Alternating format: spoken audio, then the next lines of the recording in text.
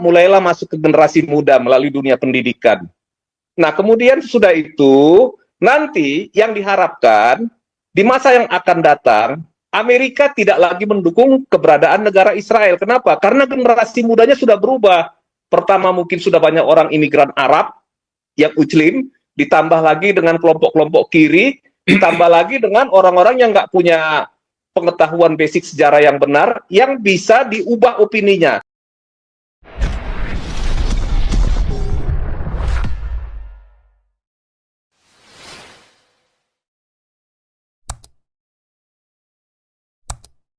Itu aja, Pak. Oh, lanjut yang lain. Ini Hade ada itu. ya Pak Frans. Pak Hade, Pak, dari Amerika tuh, Uzki. Siapa? Pak Hade. Pak Hade. Ya ini Hade. tapi ini biar omong dulu nih. Ini dosen kita dulu nih. Pak dosen kita. Om Pung.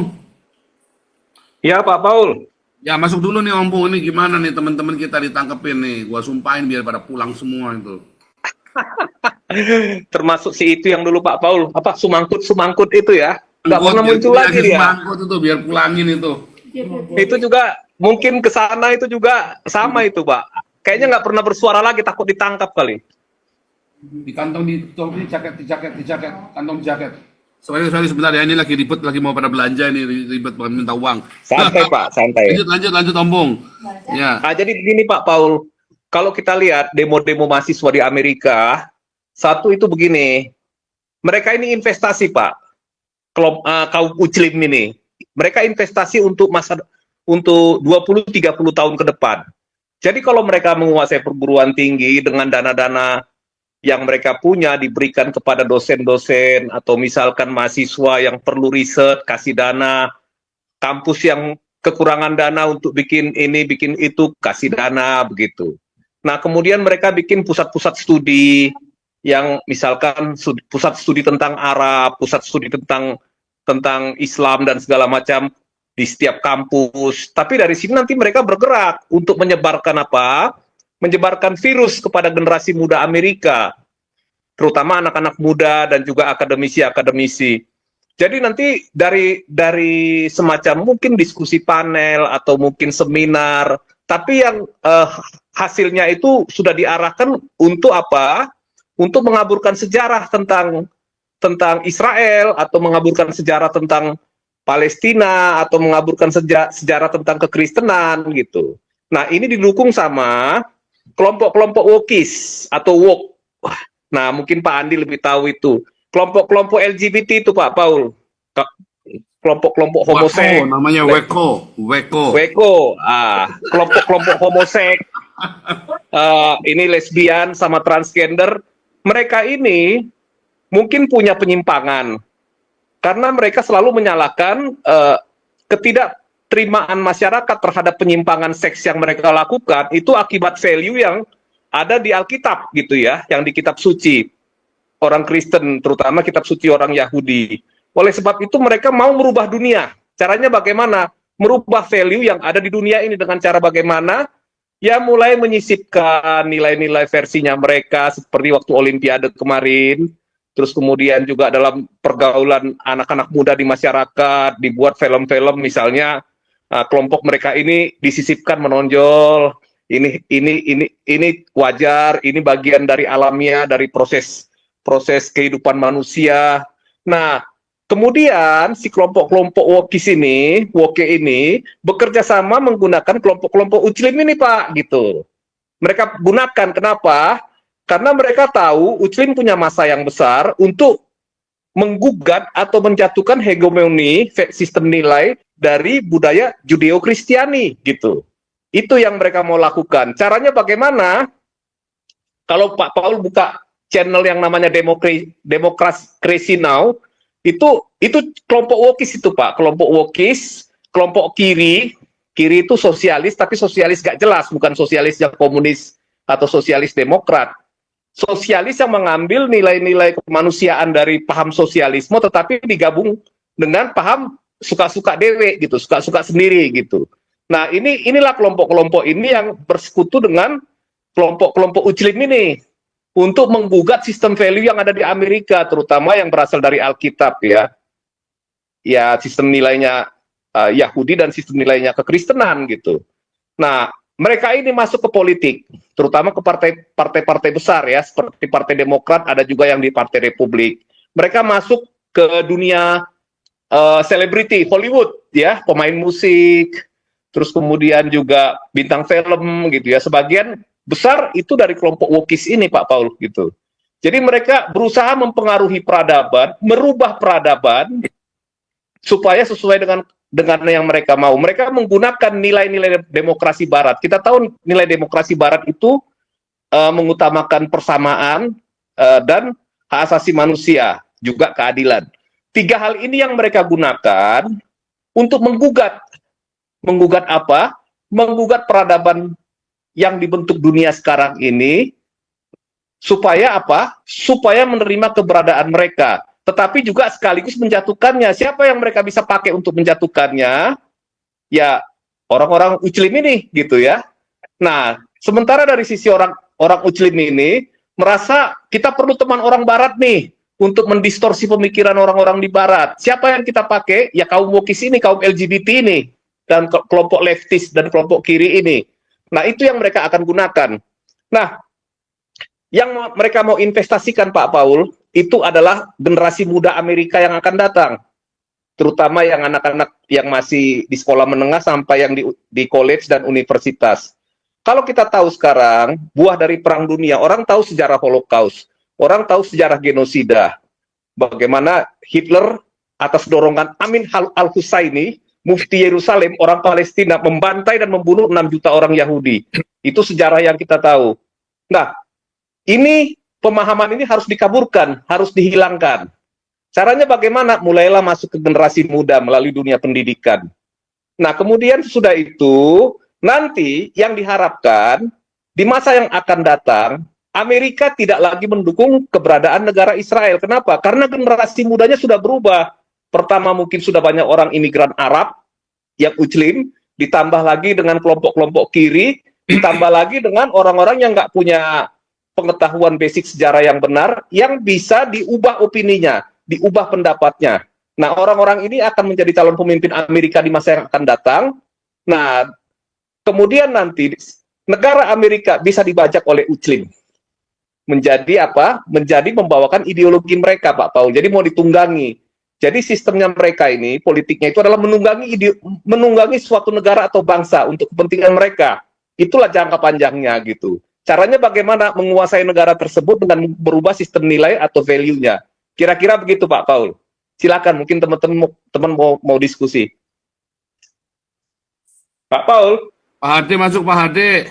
Ya, selamat Lanjut, sore. Pak Hadi. Selamat sore, Pak Paul. Ya, sore. Selamat malam teman-teman di Indonesia. Selamat pagi di Amerika dan di Eropa. Selamat sore. Ya, tadi menyambung Opung Toba. Amerika tetap dukung Israel sampai kapanpun, Opung. Tapi pembahasan Opung tadi semua bagus. Opung, narasumber di tempat Pak Paul, keren, mantap. Saya senang. Cuma saya tambahkan masalah Mahmud Khalil. Ya, Mahmud Khalil ini sudah seminggu yang lalu, saya yang di sini ini sudah melihat. Inilah kebangkitan Amerika di tangan Trump. Karena pada waktu zaman Demokrat Biden, itu dihancur ulu lantakan supaya orang-orang imigran yang tidak juntrungannya masuk ke Amerika itu. Banyak orang-orang Demokrat itu yang korupsi, bagian imigrasi, bagian federal semuanya. Itu semua dibabat habis sama Elon Musk. Elon Musk sendiri juga memahami dia punya usaha sekarang menurun. Tapi Elon Musk itu untuk memuliakan, untuk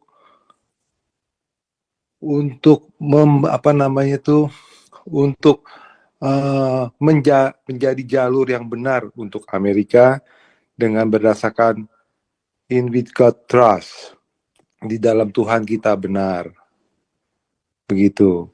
Jadi pertentangan ini dalam negeri di Amerika ini sudah sangat keras.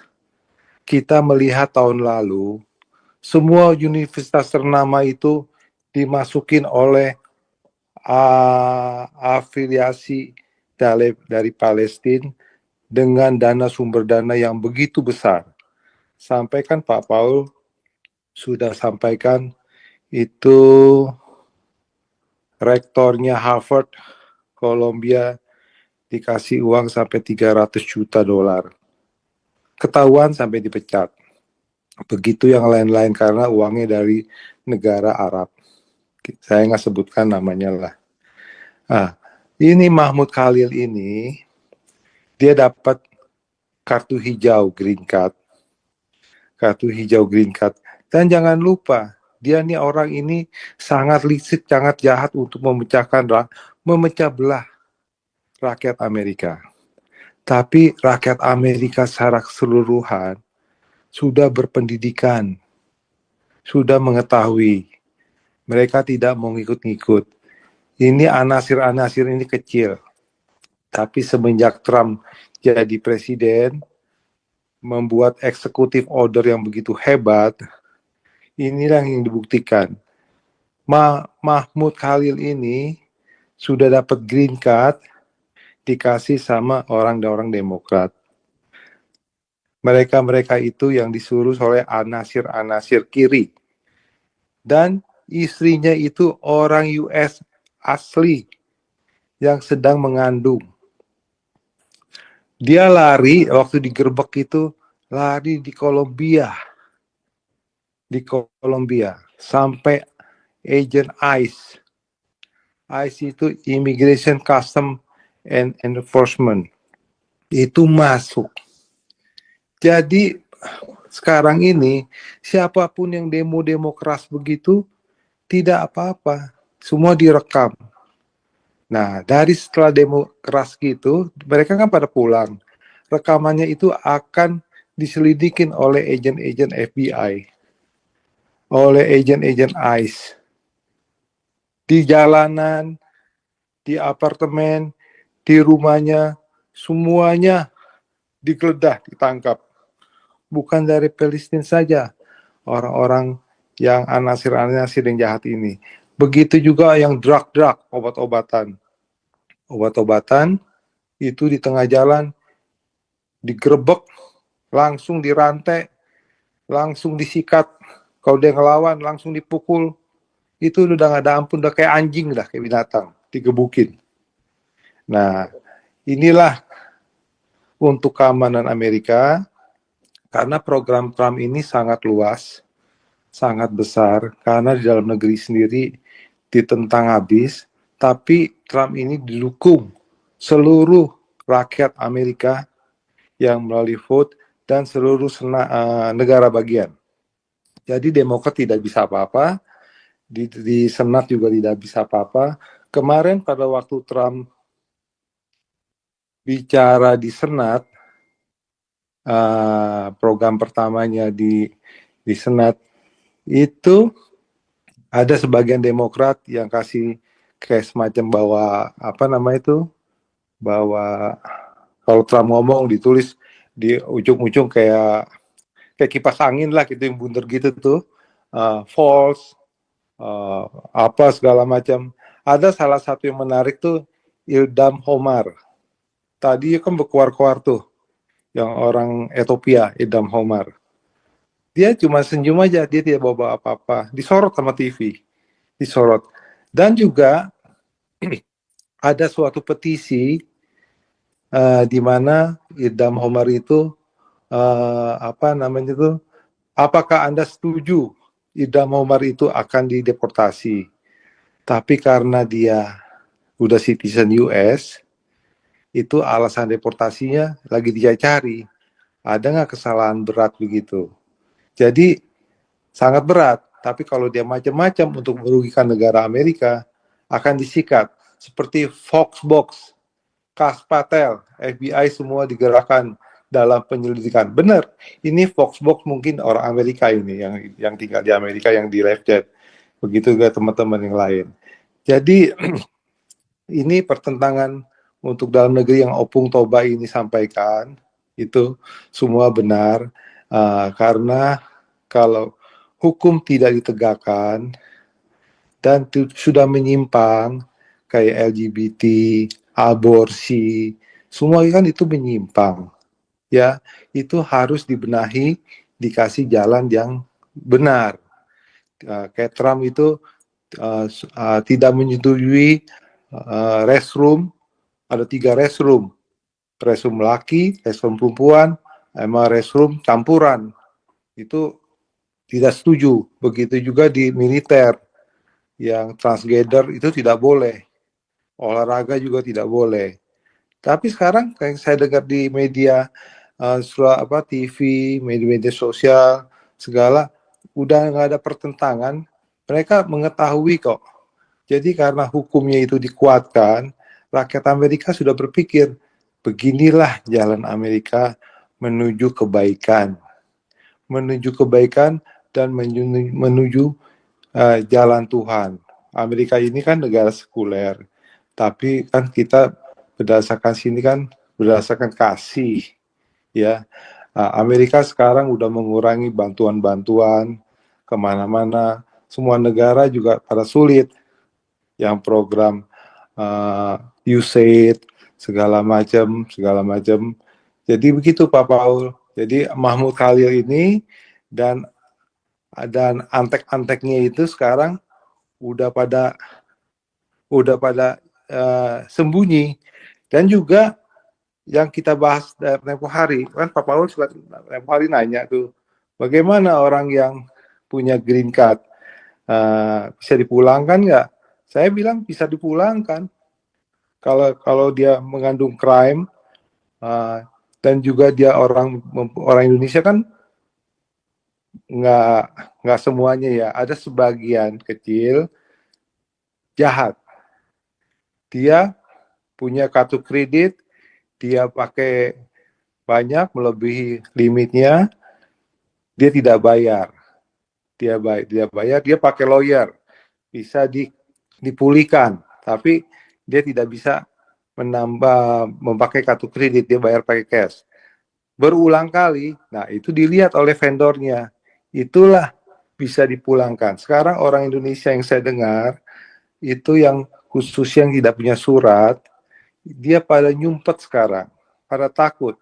Khususnya kantong-kantong yang ada banyak di Philadelphia, di Los Angeles, di San Francisco, di California. Ya, itu sekarang pada nyumpet. Kalau ya kita tahulah, sesama orang Indonesia itu suka-suka jahat, suka-suka dia melaporkan ke aparat. Jadi kita yang hidup di Amerika ini maunya semua hukum ditegakkan yang baik untuk kemajuan Amerika. Karena banyak rakyat Amerika ini yang jahat ini kebanyakan dari imigran. Buktinya saya waktu datang 35 tahun yang lalu ke Amerika waktu honeymoon, itu suasananya bagus. Begitu juga tahun 2000, setelah kerusuhan di Jakarta, tahun 2000 saya ke Amerika, saya kerja di pompa bensin San Francisco, keadaannya baik, semuanya masih bagus. Waktu zamannya Bill Clinton, waktu saya honeymoon tuh zamannya Presiden Bush senior, orang tuanya Bush, yang presiden kedua itu. Jadi perubahannya tuh sekarang luar biasa. Sekarang ini imigran yang membuat ulah segala macam. Jadi kita ini hidup mau yang baik. Kalau Amerika bagus, ya dunia juga bagus. Sekarang Amerika tidak baik-baik saja. Nah sekarang Kanada dengan beraninya nih melawan Trump. Ya, Amerika sudah mengenakan tarif untuk steel, aluminium. Juga nanti akan mengenakan tarif perdagangan masalah kayu. Karena impor-impor kayu kan dari Kanada banyak. Seharusnya kalau menurut pendapat saya, Kanada harus bicara secara baik-baik dengan Amerika. Begitu dengan Meksiko yang presidennya perempuan itu bicara baik-baik Amerika. Trump itu orang politisi udah makan asam garam. Trump itu dia orang bisnismen, dia tahu semua kebobrokan negara-negara lain, dan di Amerika sendiri kebobrokan itu parah Pak Paul, teman-teman, parah. Kalau tidak dibenahi hancur. Utang begitu banyak, defisit begitu banyak, defisit perdagangan dengan Cina begitu banyak. Banyak pencoleng-pencoleng Amerika, orang-orang dalam negeri juga banyak pengkhianat. Jadi dibenahi semuanya, dibenahi supaya aman. Sekarang Trump ini baru memerintah sekitar 60 hari, ya kita harapkan semua bagus. Hari ini Dow Jones masih turun, ya kita lihatlah, Nasdaq sedikit naik, Bitcoin sedikit naik, dan ekonomi katanya resesi. Kalau saya lihat sih tidak ya. Kemarin saya waktu kerja di Costco juga, itu Sabtu Minggu, orang-orang yang belanja membludak. Nggak tahu tempat-tempat negara bagian lain. Karena Amerika itu negara besar. Setiap bagian itu ya rame, penuh. Kalau saya sebagai orang bodoh, bingung duit dari mana begitu rakyat. Rame Pak Paul di sini. Amerika besar. Gitu, negaranya luas, bermacam-macam. Dan iklim kemarin di New Jersey, Washington, udaranya warm. Bingung sekarang situasi climate ini nih sangat bahaya. 2 minggu yang lalu 10 hari yang lalu masih dingin, masih keluar salju. Tapi kemarin sekitar 60, 70, 65 Fahrenheit. Warm. Tadinya sekitar 25, 30 Fahrenheit. Sekarang situasi dunia tidak aman, dan juga teman-teman ya hati-hati semuanya, keadaannya begini karena climate change tidak bagus. Begitu saja Pak Paul, saya sampaikan ke teman-teman juga di live chat, di room, semua salam sehat saja, hati-hati.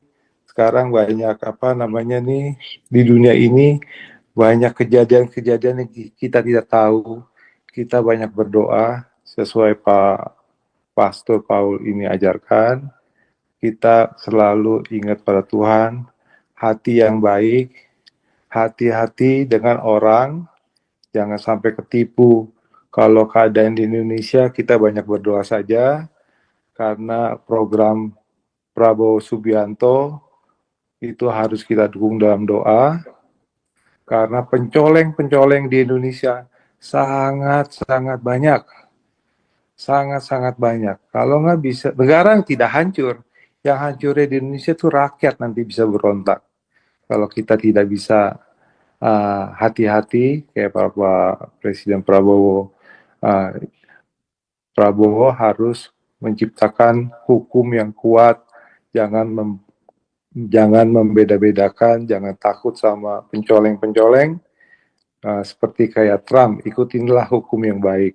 Begitu saja Pak Paul tambahannya, terima kasih.